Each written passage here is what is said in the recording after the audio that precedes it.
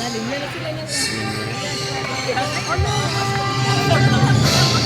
afternoon, ladies and gentlemen. Cebu Safari and Adventure Park proudly presents the Big Show. Introducing your host for today, Mr. Dustin.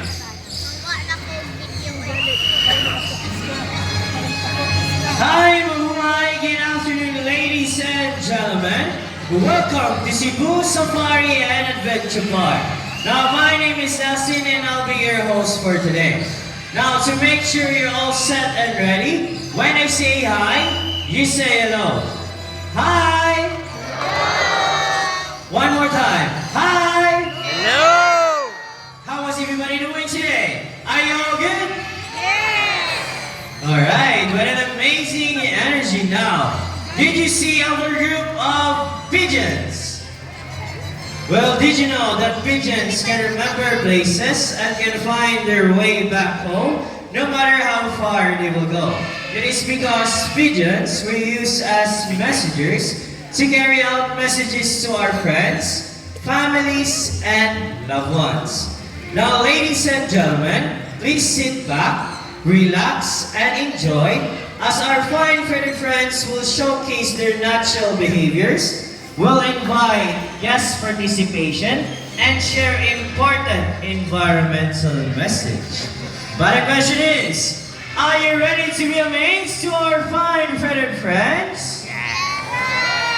Now let's get this show started. Now to start off, let me call our bird trainer, Mr. James. And to welcome our blue and gold mahoney, Amigo.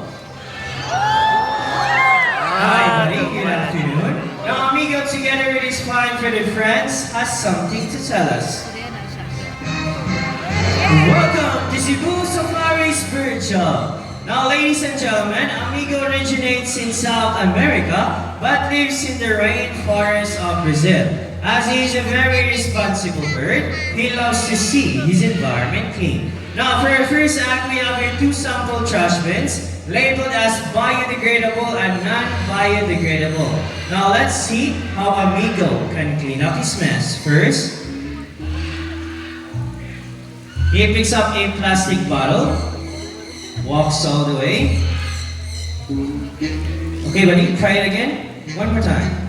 Okay, another, he picks up a paper cup, walks all the way, open the bin, and he drop it inside. Good bird. Second one, he picks up a plastic bottle, walks all the way, open the non-biodegradable bin, and drop it inside. Nice one, buddy. Now for the third one, a crumpled paper, walks all the way, open the biodegradable bin, and he drop it inside. Last one. He picks up another plastic bottle. Second one, buddy, second one.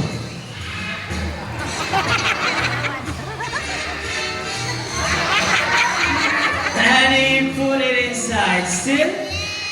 So see if the bird can do it, why can't we, right? So always remember to put your trash on your trash bins. As the saying goes, cleanliness is next to... That's right, godliness. Now, ladies and gentlemen, from the jungle of South America, here comes our flying moths. So we have a total of 5 flying moths named Hardy, Matt, Carl, Ringo, and Carl. So moths are very adaptive. Whatever environment they are in, it becomes quite normal to them. Meaning if they are surrounded by many people, they will accept many people. Their main diet, it consists of fruits, palm fruits, nuts, and seeds. Now this bird, it can grow up to 85 centimeters in length with a wingspan of 3 to 4 feet. It has a strong beak that can easily crack nuts and seeds with an impressive bite force of 500 to 700 psi. Now, PSI means pounds per square inch. Now, there are around 400 species of parrots in the world, and blue and gold macaw is one of the top 5 largest parrot globally. So round of applause to our flying boss. Now our next bird we have is a very special, intelligent, and a super handsome bird. But I need your help to call him. Can you say Jumbo? Again, say another. Say Jumbo. Here's our Ginaway Mahoney, Jumbo. So hi buddy, good afternoon. Now can you wave to the crowd like this? Hi, welcome to Cebu Safari. Now everyone, can you wave back and say, hello Jumbo? So macaw has a very long tails with feathers that can grow up to 3 feet from its head down to its tail. With a tail that roughly extends up to 2 feet. Now Jumbo is going to show us his beautiful tail. Can you turn it around, buddy? That's 1, 2, last one. Good bird. Now as you can see, most of their colors are outside their bodies and less color under their wings. But Jumbo is going to show us his beautiful wings. But first, can you say wings? One more time, say wings. Now lastly, macaw's feet are zygodactylous, meaning they have 2 toes that points forward and 2 toes that points backwards. They can also use their feet to hold on things and climb. Now Mr. Charles here is a ground nut. He will place it into the plastic basket. Now let's see how Jumbo will get his nut. So Jumbo carefully lifts up the plastic basket and got his nut. Good job, buddy. Now, as I said earlier, Jumbo is a very special bird. You wanna know why? Again, you wanna know why? That's because Jumbo loves to go to school, to the bird school. Now we have prepared 2 sets of tests for Jumbo, and the first one is a spelling test. Now we have here 4 animal pictures. We have here the horse, snake, camel, and the zebra. Now everyone, I need you to choose one animal picture. What would it be? Again, say it louder. Okay, so I think I hear the zebra. So let's proceed zebra with Miss Donna. So Mr. James arranging the Jumbo letters. Let's proceed here to Mr. Charles to ask questions about Jumbo. So hi Mr. Charles, good afternoon. How are you today? Okay lang. That's good to hear. Now Mr. Charles, where did Jumbo originally came from? South America. Wow, South America. But he loves to stay here in the Philippines, right? Yes. Alright, now we're all set and ready. Jumbo buddy, take a good look at the picture. Can you spell out the zebra word correctly? Okay buddy, first letter. He picks up the letter Z. How about the second one? He picks up the letter E for the third one. He picks up the letter B. Next letter. He picks up the letter R. Last one buddy. He picks up the letter A. Now zebra spells Z-E-B-R-A. Is it correct? Alright, now since Jumbo did well on the first test, we will make it more difficult. Let's proceed to mathematical test in addition form. Now I need 2 numbers from 1 to 10. Can you raise your hands or hand sign please? How about on this side? Okay, I see here 5. How about on this side? Higher than 5 please, higher than 5. Okay, I hear number 8. 5 plus 8. Now, this type of behavior showcases their intelligence, curiosity, social nature, and how quickly they can learn. In fact, macaws are often compared to a 4-year-old children because of how they think and act. Now, Mr. James again arranging the Jumbo numbers. Let's proceed here to Mr. Charles to ask more questions about Jumbo. Now, Mr. Charles, what are Jumbo's favorite food? Varieties of fruit, seeds, and vegetables. So Jumbo's favorite foods are a variety of seeds, fruits, and vegetables. Next question, Mr. Charles. What are Jumbo's favorite subject? English and math. English and math. Last question, Mr. Charles. Where did Jumbo loves to go to school? University of Cebu Safari. University of Cebu Safari. Now let's see how good is at math. Buddy, what is 5 plus 8? This is your favorite subject. First number. He picks up a number 1. Good job, buddy. Now for the last one. He picks in number B. Now 5 plus 8 is equals to 13. Is it correct? So round of us who are genuine mechanic, Jumbo. Now at this moment, I need an adult volunteer. So adult volunteer is not afraid of the bird. Raise your hands if you want to volunteer. So we have here volunteer staff, Kuya Kijay. Alright, so already have our adult volunteer.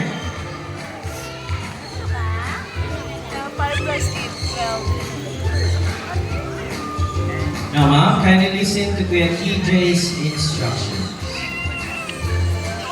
Again, reminders for everyone, please sit down, turn off the flashes of your phones, supervise your kids, and do not try to reach out or touch our birds. Now ma'am, are you ready? Now we're all set and ready. Now ladies and gentlemen, I want you to meet our group of Sangkanyors. Now, Sangkanyors are also known as Sand Parakeets. They are very playful, social, and have a very loud voice.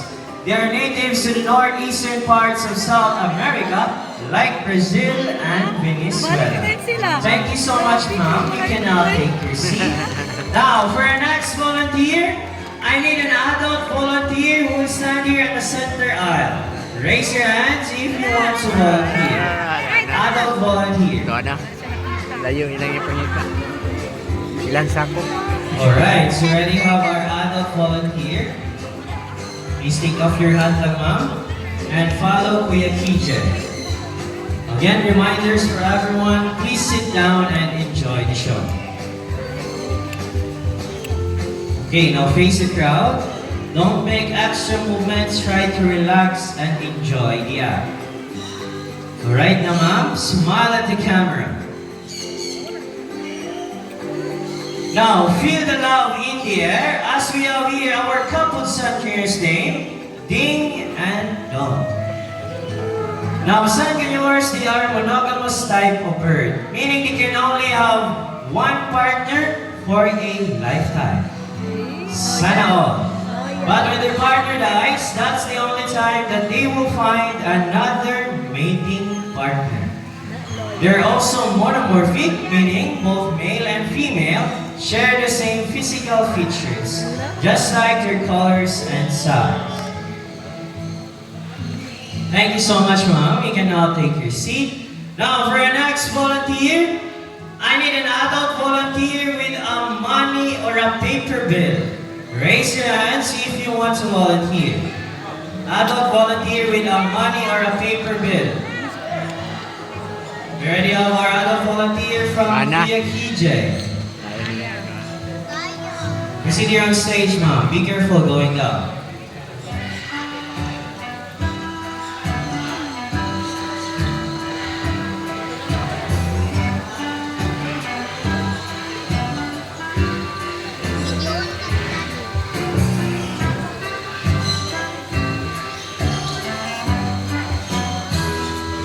Okay, so hi ma'am, good afternoon. Welcome to the show. May I ask, what is your name? Rowena. So hi ma'am Rowena, how are you today? I'm fine so far, and hello to my AFA colleagues. Say, they're over there. Hi Paul, good afternoon. Welcome to the show. Now ma'am Rowena, I want you to show your money to the crowd. Wow, ma'am Rowena here has a 1,000 peso bill. Now kindly wave it to them lang. Okay, now ma'am Rowena here is a 1,000 peso bill. Now I want you to fold your money into half, 3 times at the same direction. Lagi pag-isip mo, no? Ako gipilo. That's 1. 2, last one ma'am. Okay, that's good. After that, hold the tip of the money and extend your right arm like this. Lower it, level it to your shoulder. Now ma'am Rowena, are you ready? Yes, I'm ready. Last question ma'am, do you have an extra money? Yes, I have. Okay, that's good. Now don't make extra movements, try to relax and enjoy the act. Now ladies and gentlemen, I want you to meet our cute and fluffy eclectic parrot name. Our cute and fluffy center name, Sunny. Now, Sunny loves money. Normally in the wild, they love to pick up things and build their nest. Now, let's see what Sunny will do. Sunny flies all the way to Rowena and he picks the 1,000 peso bill. Bye-bye, Sunny, and bye-bye, 1,000 pesos. Easy money, right? Come on, Rowena. Can we do it again? One more time. Like another 1,000 pesos. 1,000 pesos? Only 100. Only 100. Mom, I'm just kidding, Mom. So I will help you return your money. All you have to do is send your right arm again and open your palm. Alright, now everyone, Sunny here is a very good bird. He loves seeds more than money. Now Sunny, can you return the money? Now Sunny flies back all the way to Rowena. Another arm and he puts the 1,000 peso bill back. Surround of us, our cute and fluffy center name, Sunny. Now thank you so much, Mom. You can now take your seat. Now everyone, about the massive round of applause to Mom Rowena here.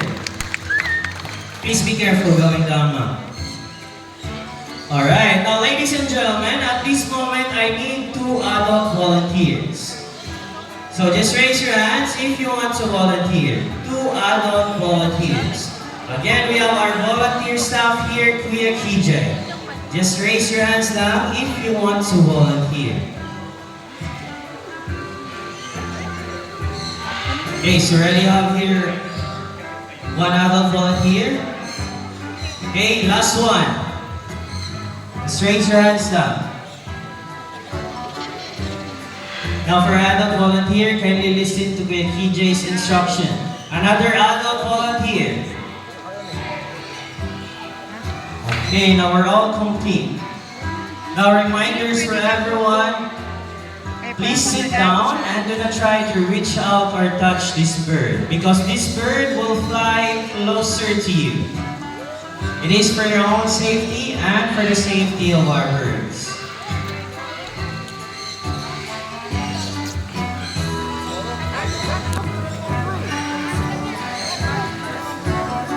Alright, now we're all set and ready. Now ladies and gentlemen, I want you to meet our playful eclectic parrot named Rio. Now Rio here is a male eclectic parrot. Now let's see what he will do. Now Rio flies to the first zoo and he made it all the way to the second one. Now their favorite food in the wild, they mainly eat fruits, vegetables, nuts, and seeds. Can we do it again? One more time, buddy. Okay, I'm flying to the first zoo. Sunod na. And Rio made a shortcut. Balik din siya. Now their lifespan in here, they can live up to 35 years with proper care. Alright, buddy? Last one. Last one, buddy. Last one, buddy. Tama yun. Okay, now they fly to the first one. And they made their way to the second one. Surround of us, so our eclectic parrot name, Rio. And also to our adult volunteers, you can now take your seat. Now, ladies and gentlemen, from the jungle of South America, let's wander in the rainforest of Brazil. As we have here our 2 yellow-crowned Amazon parrots named Lani and Rudy, together with their mentor, Miss Donna. Now everyone, I want you to meet Lani and Rudy. Now, can you say hi?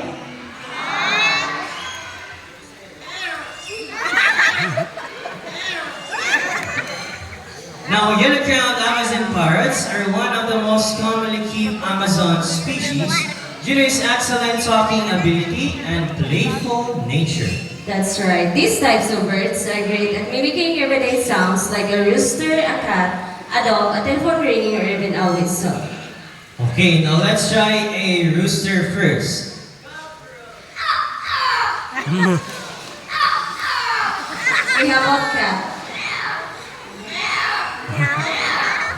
Now for the next one, it is Rudy's favorite. Now Rudy, can you bark?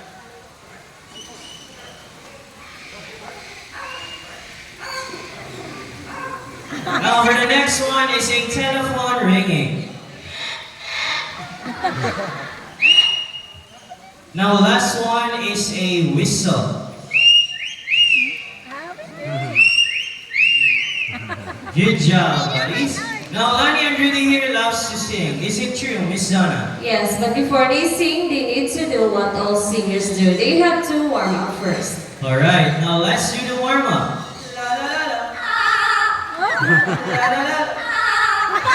Now for their first song. Oh, yeah. I love you more than I can. Whoa, yeah. I love you more than I can. Now before I proceed to our next song, let me ask first, who's celebrating their birthdays today? Or within this month, raise your hand. Alright, now happy birthday. Now buddies, we have some celebrants here. What will you do next?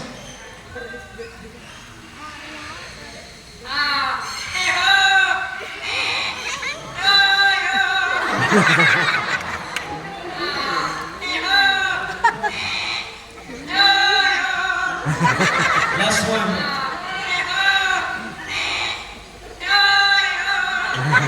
Now see how talented parrots are? They can mimic sound so well because their brains are super smart. Just like how humans use their voices. So round of applause to our mimicking birds here named Lani and Rudy, and also to their mentor, Miss Donna. Now, since we're already here in Brazil, let's meet Lani and Rudy's good friend, our most handsome Tuga name, Mr. Horn. Now, Tugans, they're one of the largest and the best known toucan species in the world. Now, as you can see, it has a white throat and a black body that helps them camouflage in the rainforest. Now, Tugans, they have a large and beautiful bill that looks heavy, but in reality, it is extremely light. It is because it is made up of protein and keratin, just like our hairs and nails. Now, when toucans travel, they don't fly in long distances like other birds. Instead, they hop between branches and flap their wings vigorously to reach their destination. Now, there are a total of 40 toucan species in the world, and one thing they have in common is their large and beautiful bill. Now, due to their vibrant colors and unique appearances, Tugans became the iconic symbol of the tropical rainforest. So round of applause to our most handsome Tuga name, Mr. Horn. Now, since you already witnessed the amazing skills and talents of our fluffy birds, it is time to meet some fierce raptors, our birds of prey. Now, birds of prey are big birds with pointed beaks, sharp talons, and have wide wings. Examples are hawks, kites, eagles, and vultures. Now, I need everyone's cooperation, so please sit down, turn off the flashes of your phones, and do not try to reach out or touch our birds. Because our next set of birds are going to showcase their extraordinary hunting skills and flight styles. Lastly, they will fly closer to you. Again, reminders for everyone, please sit down, supervise your kids, and enjoy the show. Now we're all set and ready. Now for our first birds of prey, it is a diurnal type of bird, meaning most of their hunting time is during the daytime. But before going in, we will first need a lure. So the lure will be handled by Mr. Charles, our bird trainer. The lure will serve as the real food or the real prey because this bird is going to showcase how sharp his eyes is and how good he is at catching his food. Now Mr. Charles, are you ready?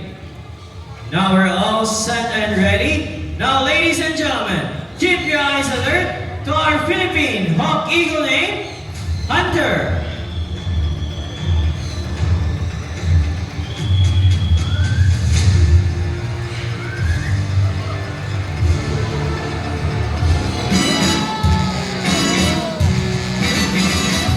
Nice catch, Hunter.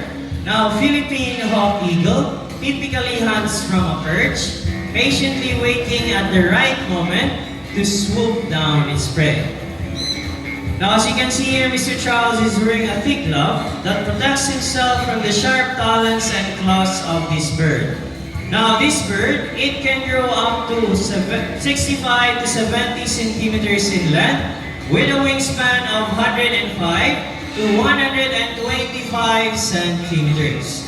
Sir, round of applause to our Philippine hawk eagle named Hunter. Now, for our next birds of prey, it embodies the beauty and the mystery of the night. Now, let us remain silent, seated, and relax. As we welcome our eastern grass owl named Bella. Now, eastern grass owl, they are nocturnal type of bird, meaning most of their hunting time is during the nighttime. Now, these types of birds of prey can be found here in Asia, Pacific region, and Australia. Their lifespan in the wild is very short, 9 to 10 years, but in here they can live much longer, 15 to 20 years. Now, just like any other owls, they have a flexible neck. They can rotate their heads up to 270 degrees. It is possible because this bird has a 14 neck vertebrae, allowing them to spot a prey and be aware of its surroundings without moving its whole body. So, round of applause to our eastern grass owl named Bella. Now, up next, these types of birds of prey, they're excellent at catching their food from other birds, even in mid-air. Now, again, I need everyone's cooperation, so please sit down. Supervise your kids. Please keep your foods inside your bags and do not try to reach out or touch these birds, because these birds will fly closer to you. Now we're all set and ready. Now, ladies and gentlemen, put your hands together towards notching prey in flight, our Brahminic named Shadow. Gila. But wait, there's more. Here comes the brother of Shadow, Argus. Now for our third Brahminic guide, please let me welcome Cloud. Now Brahminic guide, they have a white plumage from its head down to its underparts, and the rest of its color are striking chestnut brown. Now, these types of birds of prey can be found in Australia, Sri Lanka, Nepal, and Pakistan. Kapayan dito siyang hangin ba? Now, as you can see, they're excellent at gliding, soaring, and circling up in the sky. Again, they're excellent at gliding, soaring, and circling up in the sky.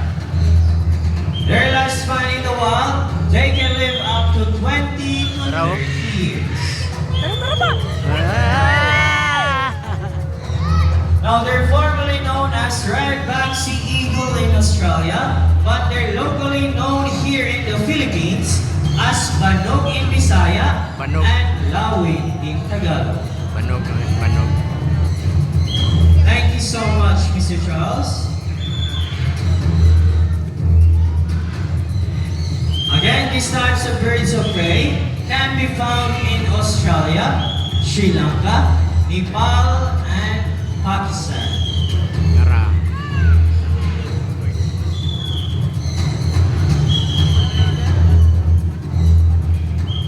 Their lifespan in the wild, they can live up to 20 to 30 years.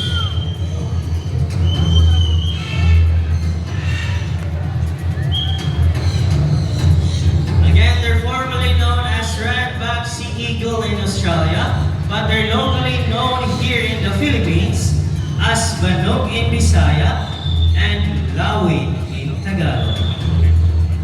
Fun fact about Brahminicae, they are the real-world reflection of Garuda, a guardian figure that symbolizes power, protection, and divine guidance in various cultures. Now at this moment, I need an adult volunteer. So adult volunteer is not afraid of the bird. Just raise your hands if you want to volunteer. So we have here a volunteer staff, be a KJ. He'll be the one who'll pick up the volunteer. Alright, so ready have our adult volunteer.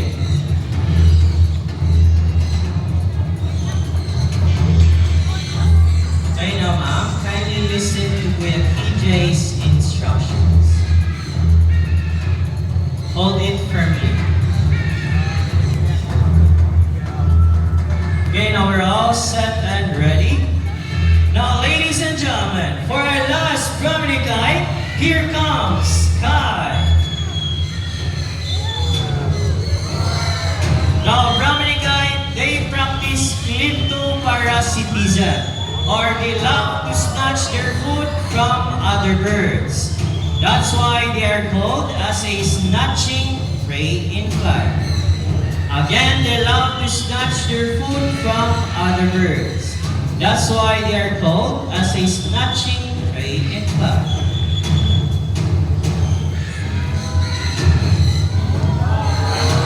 Now, these types of birds of prey can be found in Australia, Sri Lanka, Nepal, and Pakistan. Thank you so much, ma'am. You can now take your seat. Surround of us who are snatching prey in flight are Brahminic guide named Shadow, Argus, Cloud, and Sky. Now, from the medium-sized raptors, let's proceed to the largest birds of prey we have here in Cebu Safari. Now again, I need everyone's cooperation, so please sit down, turn off the flashes of your phones, and then try to reach out or touch these birds, because these birds will fly closer to you. Again, reminders to everyone, please sit down and enjoy the show. Also, please supervise your kids. Now we're all set and ready. Now, ladies and gentlemen, for our grand finale, keep your heads up high to our white-bellied sea eagle named Silver. Now, white-bellied sea eagle, also known as the white-breasted sea eagle, or king of the sea. But wait, there's more. Here comes the partner of Silver, Marina. Now, just to share, the scientific name for this bird is Heliatus leucocaster. They have a white plumage from its head down to its underparts, and its wings and back are dark gray in color. Now, a white-bellied sea eagle can grow up to 75 to 85 centimeters in length, with a wingspan of 180 to 220 centimeters. Their lifespan in the wild, they can live up to 25 to 30 years. Now, these largest birds of prey can be found in Australia, Southeast Asia, India, and Sri Lanka. Now, a white-bellied sea eagle symbolizes wilderness and freedom. Surround of us are white-bellied sea eagle named Silver and Marina. Now, ladies and gentlemen, here at Cebu Safari, we're not just creating about fun and unforgettable experiences. Our top priority is wildlife conservation. We work hard to protect endangered species, provide them with safer habitats, and educate guests about the importance of preserving nature. Together, we can make a difference for wildlife and for a better future generation. Now, let me introduce to you the people behind this successful show. My partner here on stage, Mr. Charles. We also have here other bird trainers, Mr. James, Miss Donna, and Miss Debbie. And to make this even more memorable, we present to you the symbol of love, peace, prosperity, and harmony. Now, once again, my name is Dasin. We hope you enjoy the show. Thank you so much and enjoy the rest of the life.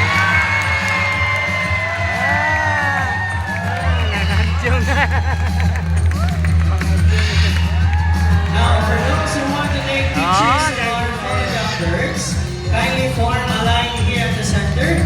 We have here official photographers, the view 2. Again, for those who want to take pictures of our photograph birds, form a line here at the center. We have here official photographers, the view 2. And for those who have been to White Lion Safari, Tamil area birds of the world and African savanna, just go up and turn to the left side. Proceed to orangutan area. And don't forget we have white Bengal tiger feeding 2:30 p.m. Just go up and turn to the right side. Once again, thank you so much everyone and enjoy the rest of the walk. Okay.